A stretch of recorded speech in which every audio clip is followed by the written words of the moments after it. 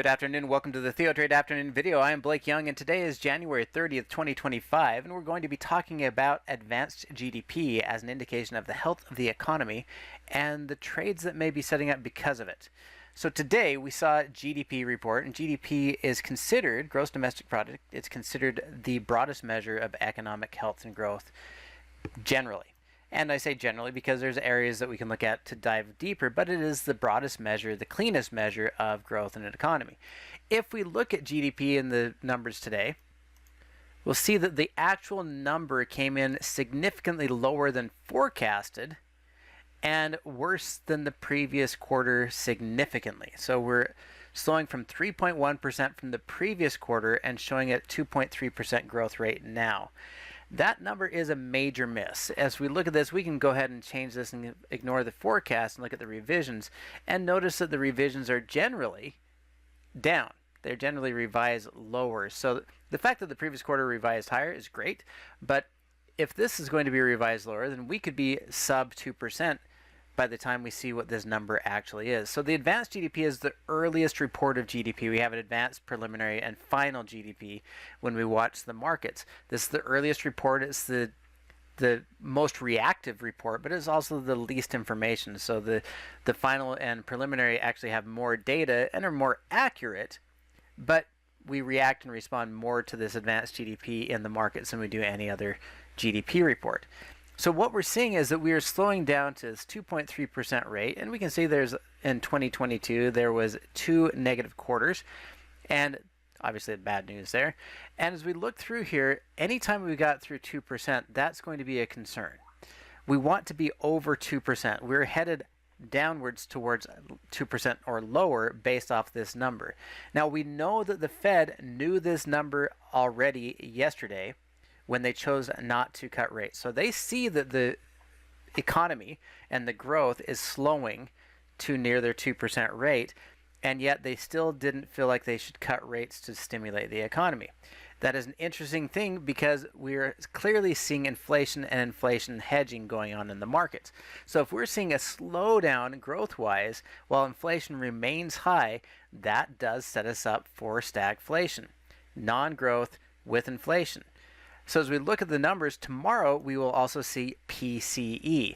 Core PCE is expected to be up month over month, 0.2. But again, we know the Fed already knows this number. So their behavior yesterday has me believing that they're actually expecting this number to be equal or greater than this forecasted price because they already know what it's going to say.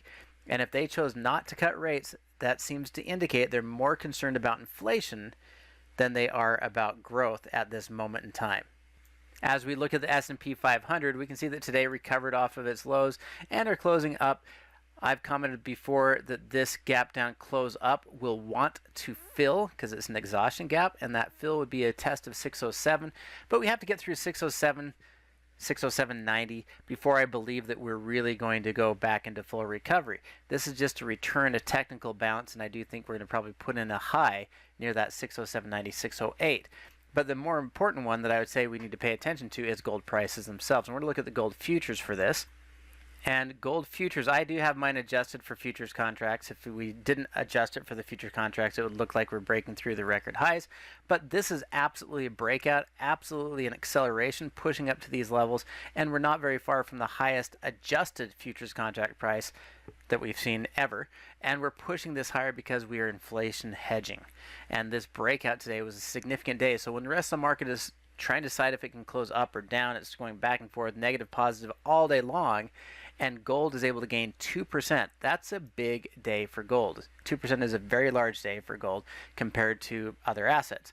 And so this gold breakout is a significant indication that we're hedging out inflation and trying to look for safety from that inflation pressure. And gold is pushed up here. Now if we look at the US dollar, I'm going to go over there to the DXY. The dollar index compared to other currencies really didn't move. So this tells me that that gold move is universal. It is global. And so we're seeing inflation hedging across the globe, not just in the US. The dollar didn't really gain or lose much today. It's down 0.18%. So the fact that gold gained 2% here would also infer that it gained roughly 2% to the euro, the pound, the yen, and other currencies. Inflation is a concern. and growth is not, which is why we saw the GDP number come back down. And if we look at technology, technology gapped down, closed down, which tells me that we don't need to fill the gap. We gap down, close down. It's going to struggle with that. This one gapped up, closed up, and reversed through here. So I don't see this as necessarily a bullish move. It's a consolidation after the gap down, and I'm just looking for a lower high. So technology isn't likely the place that's going to get the bullish run after.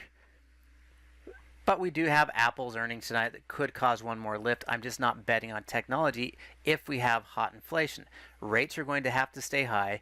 Borrowing costs are going to have to stay high. And I'm not super convinced that technology is where it's going to be. I'm still looking at this as an indication that stagflation would support the idea of defensive positions, which are still going to take us back to consumer staples, healthcare, and utilities. Now, if we take a look at consumer staples, healthcare, and utilities from the ETF, XLP has had a lovely gap up, close higher when the rest of the market was gapping down. We ran to consumer staples, ended the downtrend, gapped up, closed higher when everything else was gapping down. We have this bullish move likely to push back to 82 and potentially 83.30. If we look into the XLU, the utilities, you can see a similar type of situation. We've closed up through here. We are possibly going to go fill this gap at 79.50. If we clear 79.50, I don't have any problem thinking that we're going all the way back to 83 and looking for another 5% recovery. This is a bottoming pattern, making a widening pattern followed by higher lows, and I am seeing a return to bullishness in utilities in this move. If we take a look at healthcare, healthcare had a really good day and closed up so far. If we can finish this day out in here in the next half hour, we're going to close through this high and create either a V-type pattern or maybe set up for a head and shoulders, but I'm going to call this closer to a V-type pattern. And we could replicate the move from 136 to 147, 148, which we're talking about a $11 to $12 move or another 8% higher in the ETF. Now, if we're seeing 8, 5, 11% moves in ETFs, we're usually going to get roughly double that in individual equities. And I would say I would like to trade Eli Lilly, but we do have earnings coming up because this is broken out of a V-type pattern as well and could be pushing all the way back up to 900. There could be a $100 move. That's about 12.5% in Eli Lilly. But because of earnings, I'd want to hold off on that. So if we took a look at UNH or Johnson & Johnson, we say, okay, we're past the earnings on United Healthcare, and we're also trying to close above this high close, which creates a full set of higher highs, higher lows, higher closes through here. And that move from 500 to 550 would be another 10% move, and I'd be looking at 600 on UNH. On consumer staples, Walmart broke through its 52-week high a couple of days ago and has continued that climb, gapping up, closing higher, and continuing through that 52-week high. Looks very promising. Harder to get a target out of this other than the channels, and the channels here where I would be looking for an additional move of about $3, which is only 3% higher in Walmart. So I'd rather look at something like Costco, because Costco is set up structure-wise as a breakout through here as well. We broke out through the previous highs. I do like this setup for Costco to go back up to 1001, possibly 1010 and new record highs. If we do that, now we're talking about another $100 move, which would give you about a 12% move from current price. And as much as I want to buy into utilities, my top three that I like to trade, NextEra, Southern, and Duke, aren't perfect here. So I'd go through here and say NextEra is a down day. It's not what I want on that setup. I would like to see a bullish move to confirm that that is a low. We look at Duke, and Duke is closing up, but it still hasn't cleared this high. I would say your higher highs, higher lows happened here. It's okay, but we do have earnings coming up on Duke. So Southern is really the choice in my view, and it's more that we've bounced off of this with a gap up, close higher. We still have earnings we have to pay attention to here in 3 weeks, but this higher high, higher low, higher close through here should be able to get back to 86. I'm looking for 90, and if we can get to 90, it's okay. It's not perfect. It'd be more for a dividend play, but it is still probably the better of the utility choices other than trading XLU directly.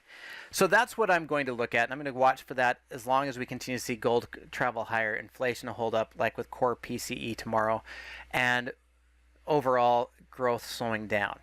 Bet on the safety, bet on those that pay good dividends, and look to be trading for careful, consistent returns on risk. And that's going to be found in the consumer staples, healthcare, and utilities. Brandon and I will talk more about gold tomorrow. We'll also talk about Apple's earnings and digest those for you. But we're going to talk about gold and inflation, and we'll even talk about some of the other earning setups that we can see through here. So join us tomorrow morning. Otherwise, I'll talk to you again next week.